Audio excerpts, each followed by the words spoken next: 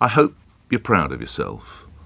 All the lawyers, all the men and women of the cloth, all the politicians who seek continually to obstruct the asylum laws in this country, because brilliantly a mum and her 2 daughters have had parts of their face probably burnt off because of your utter inability to see that asylum has to be controlled here. And when someone who comes here from Afghanistan via a lorry, illegally, applies for asylum twice, doesn't get it, but of course isn't shipped out of the country, rather he's allowed to continue to wander around, during which he manages to commit a sexual assault or exposure somewhere in the Newcastle area, after which he is then granted asylum because he becomes a Christian. Now, I'm not as much of a Christian as I should be, but the last time I looked, that wasn't in the Bible.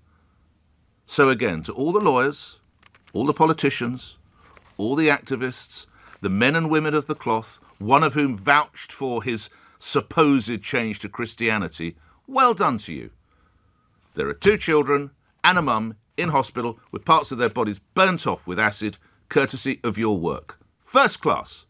All illegal entrance, and this gentleman was, but every single illegal entrant should be immediately interned into an internment camp. Oh, no, we should take an island, maybe out of Hebrides. Why are we paying Rwanda? We've got plenty of space on our islands to do the same thing.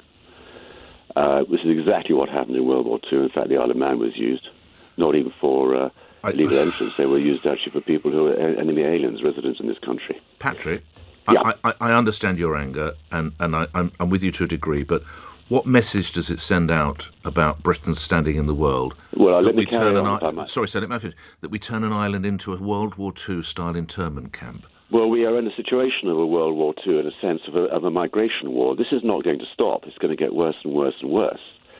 And all we're doing is absorbing this. This Rwanda thing is going to be, if it even gets off the ground, is going to be minimal. It won't stop anything. Why do you say it's akin to a war? I mean, I'm not saying it's not an issue. It's a grave issue.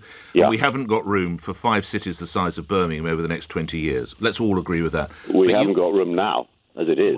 Well, OK. Why would you characterise it? I mean, do you have sympathy for the people involved? I do have sympathy, but it's a question of legality. If they're illegal, then they're illegal. Yeah.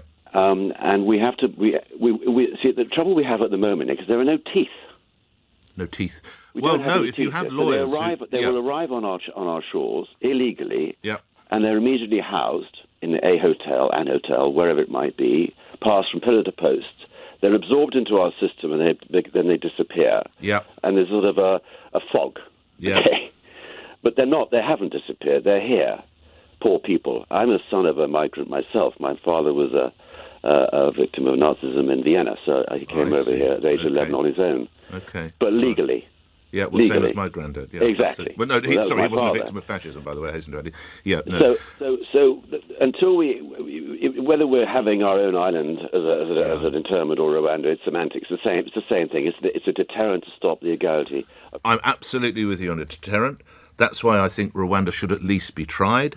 The Archbishop of Canterbury and others, I understand their objections, but we've got to do something that's stopping innocent people. I think 5 drowned last month, just a few hundred yards off the French coast. That is what has to be stopped as well. I'm just getting a little bit confused listening to this programme. I'm confused as to, is it a phone-in about asylum seekers, the failed asylum seeker system, which I think it is failed, yes. Or is there phone-in about the violent, misogynistic behaviour of an individual against an innocent woman and her children, and the police officers involved? They don't have to be mutually exclusive. We can look at both aspects. But the emphasis seems to be on the asylum aspect. Now, you said yourself that it's a record... You said the UK is the record highest chemical attack. From the and I'm just curious, as then if you actually looked into how many of those were asylum seekers, or general British citizens or whatever. What difference does it make in this case?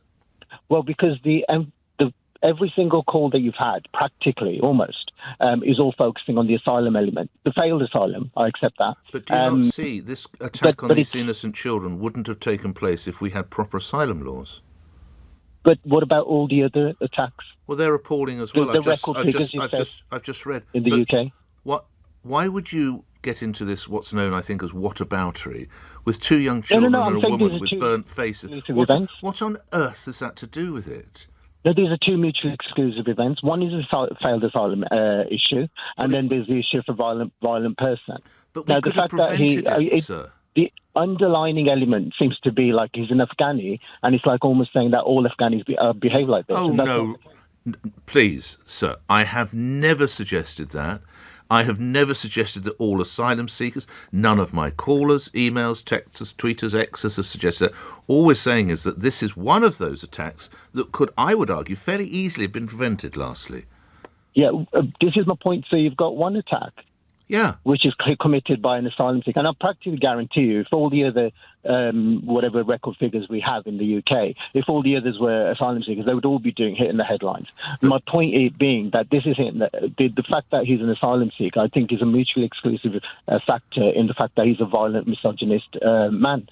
All right. I take on board your point. Not that it means we're right. I think most of the listeners are with me, but thank you for making those points, Sukhy, and for your kind words and joining in with the show.